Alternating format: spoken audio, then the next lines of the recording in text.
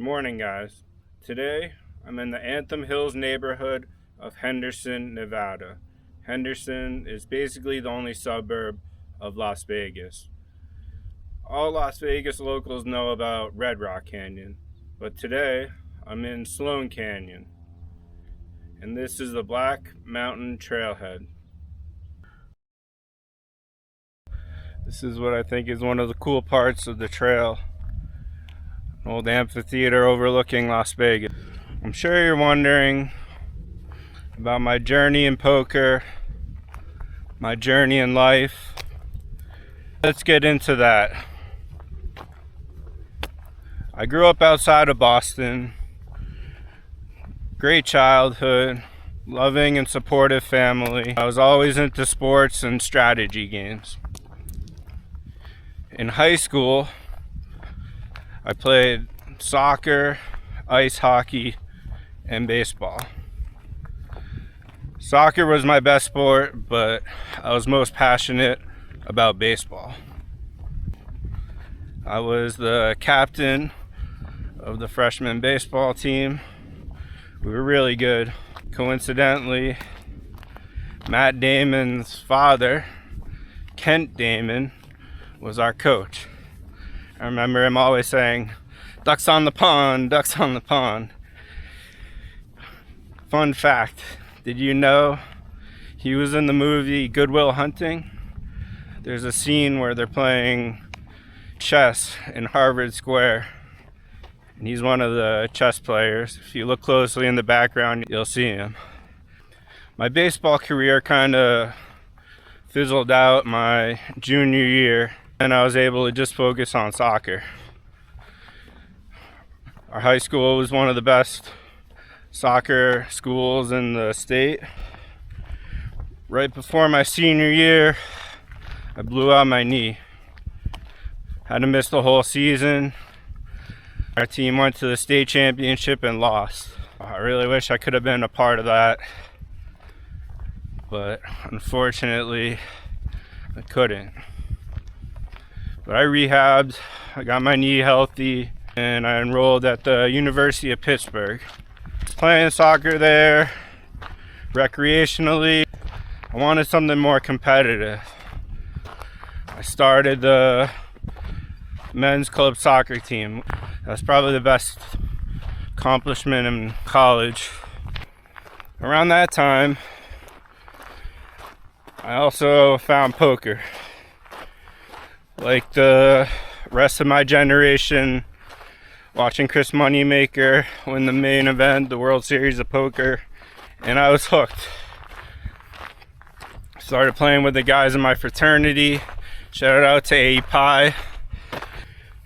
I was immediately drawn to tournaments. The idea of a single competition, a trophy, a champion, felt like it fit my characteristics.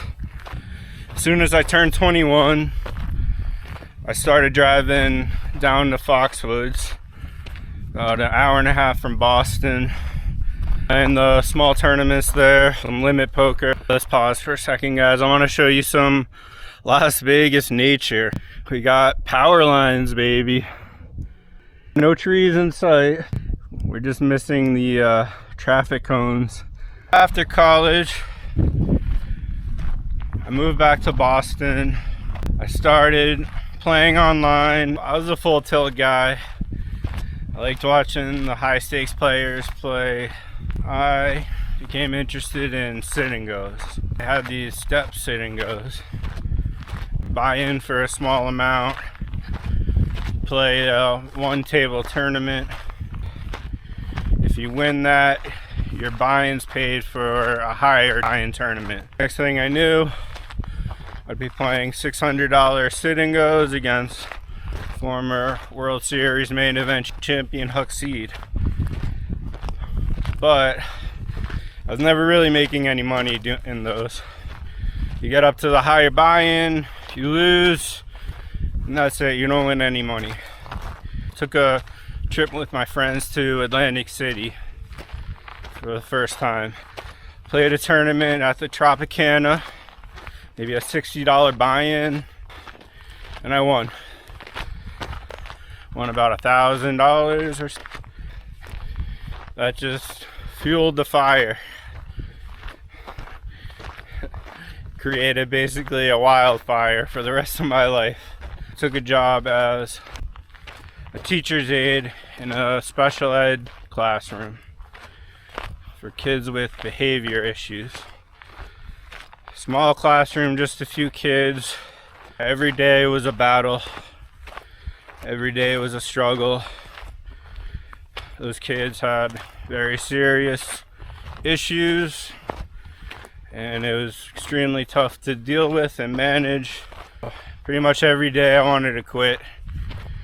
It wasn't enjoyable. The pay was really low. I didn't feel like we were being supported well enough. Got through the year.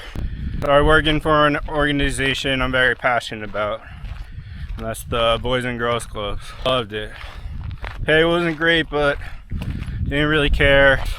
Working with the kids, being in the community, felt great. During all this, I was still playing poker recreationally. Found a small stakes cash game. We called it the Arnold Road Casino. I was by far the youngest guy in the game. I think the average age might have been about 45.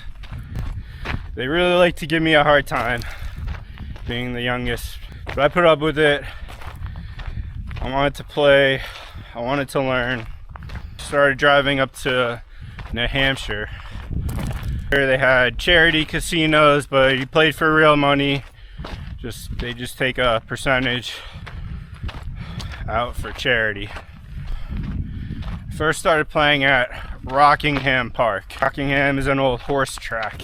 They stopped running the horses, but they still had the races on TV. So people would go there and bet on the horses, watch the horse races, and they had a poker room. They had sit and goes, which is what I loved. I would play sit and goes, and I would play some of the tournaments. I started playing at another Seabrook. Seabrook is where I won another tournament a couple of years later. I think the buy-in was about $200 and I won $3,000. It was when I was about 26. More fuel to the fire. After working at the Boys and Girls Clubs for a couple of years, it was time to pick a path. Do I pursue education or do I pursue poker? In the meantime, I was studying for the Massachusetts teacher's exam. Told my family I was thinking about moving to Vegas. They pushed back really hard. I'd never even been to Vegas. I took a trip. I was in Vegas for about a week. It was great. Being able to play poker whenever I wanted. It was awesome. I went back to Massachusetts. I took the teacher's exam. I passed. Ultimately, the lure of Vegas, the passion for poker was too strong. May 31st, Memorial Day, 2013, I made the move. I found a cheap room close to the strip. Not the best neighborhood, but I think I was paying $300, $350 a month. It was a sectioned off living room. I had my own little area. It was private enough. I had a few thousand saved. I was also heavy in student loan debt.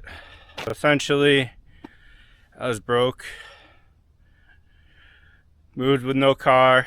Initially, I thought that I could just play small tournaments, $100 and lower buy-ins. Just bounce around on the strip and play small tournaments. I didn't even step foot in the Rio that summer at the World Series. After doing that for a few months, things were going very poorly. Between the high rake and the poor structures of those tournaments, things weren't going well. After a few months, I was broke.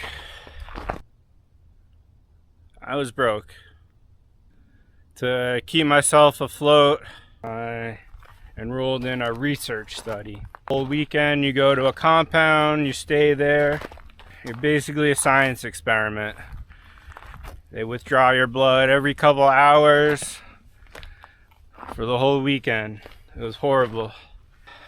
I got through it and I got paid $500. It kept me going in Vegas. I was also looking for jobs, and there was a community center the street behind where I lived. One day I went in there, I talked to the manager, and I was hired to teach soccer and t-ball. With that, I was able to work at a couple more community centers around the city. I was still trying to play poker, but I had no money to play with.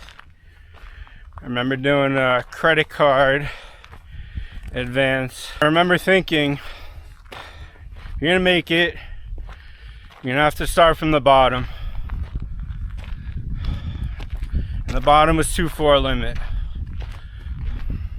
Started playing 2-4 limit at the Flamingo. Let's pause for a second. Check it out, guys. We made it. Good morning, Las Vegas. All the Caesars properties combined to have a tournament every 2 weeks. Get into the tournament, all you had to do was play in the cash games at those casinos. So I could just play 2-4 limit for the hours and get into basically a free tournament. In that tournament, they had maybe a couple hundred players, and when they got down to around maybe 50 players, they would just stop the tournament and everyone would get paid $500. First tournament, and I cashed. I made the 500. Kept doing that. I'd just play limit poker for the hours and the tournament every 2 weeks. In the first 5, I went 5 for 5. Cashed in all of them. $2,500. I was also working part-time, about 20 hours a week. Things were starting to come together. I was starting to pull myself out of the hole I dug. Starting to make money playing poker. I was in the community. My situation was slowly improving. That's what I basically did for my first year in Vegas. I bounced around. I play limit poker. I play free rolls. I play a little bit online, and I was working part-time. Eventually, maybe after about a year doing that, I started playing no limit, because really I enjoy no limit better. Being able to go all in whenever you want. It's definitely more exciting. It's more appealing to me. And I play a live tournament once in a while. I play the Aria daily, or maybe a Venetian tournament. And after about 2 years of doing that, I climbed out of the hole I dug. I got out of debt. I bought a car. Had money saved. At that point, I decided it was just time to play full time. Time to really see if I could do it. Stopped working at the community centers, and I started just focusing on poker. Uber was my backup plan. If I was running bad, I could just do Uber. I think I was mainly playing at Harrah's. And I started playing at MGM. MGM was great. I did really well there in the games. The games always had a lot of action. I did really well in the promotions. Hardly had to do any Uber.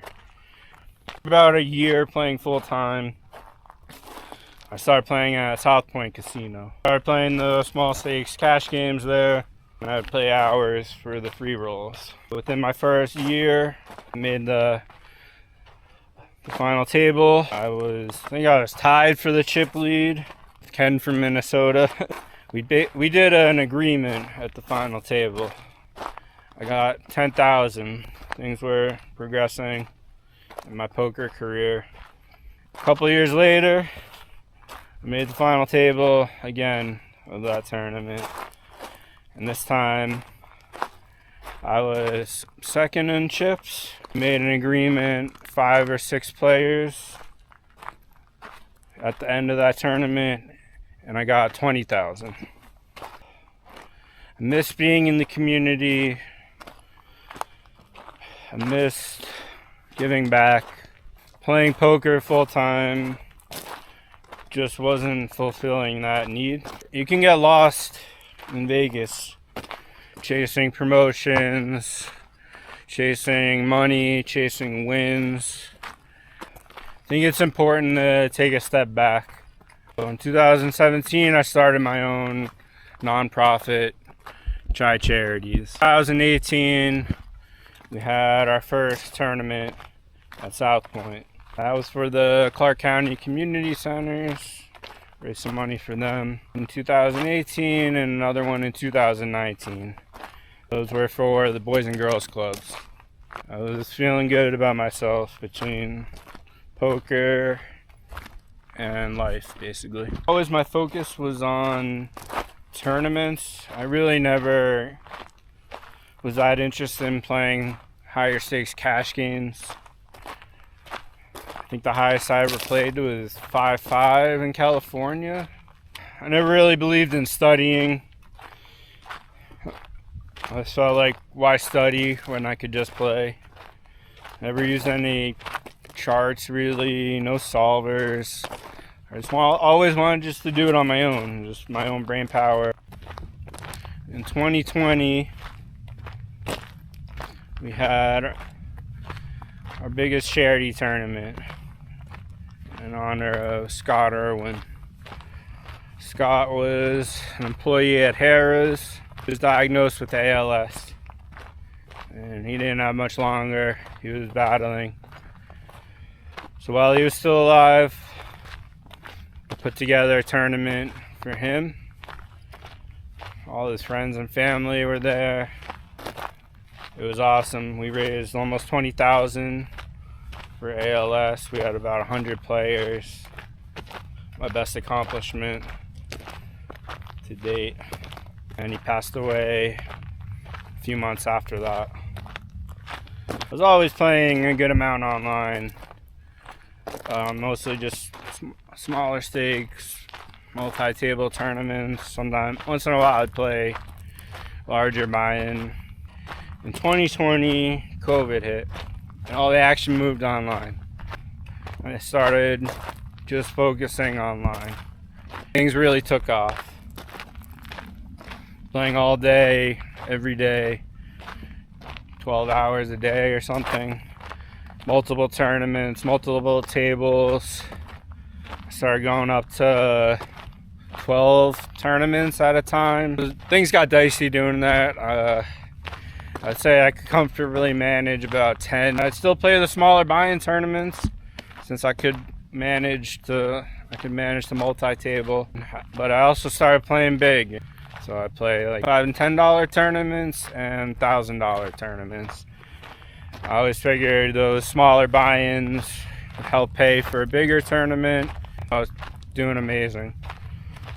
Making thousands of dollars a day.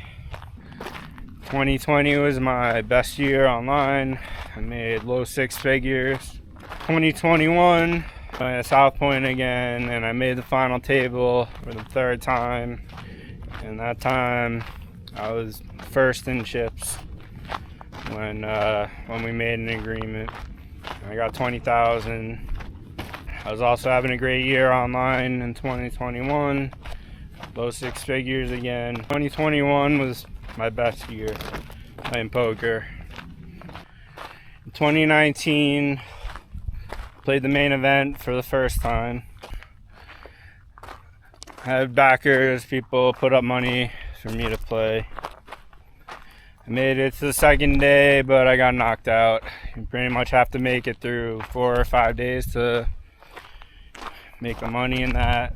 It was a great experience. I skipped 2020, but I played in 2021 and 2022.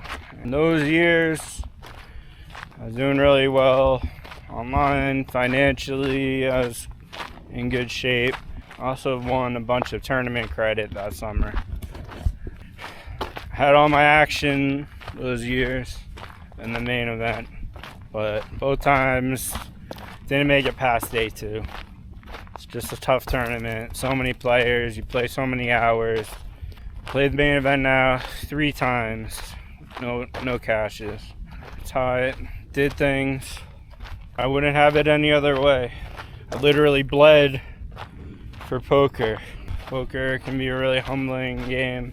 One day you could be king of the castle, and the next day you're being tortured in the dungeon. Hardly ever had any losing months, which is rare for most professionals. Still passionate about the game. I made some final tables of a few online bracelet events, but no bracelet yet. Come close a few times online to winning a circuit event, a ring, but still none.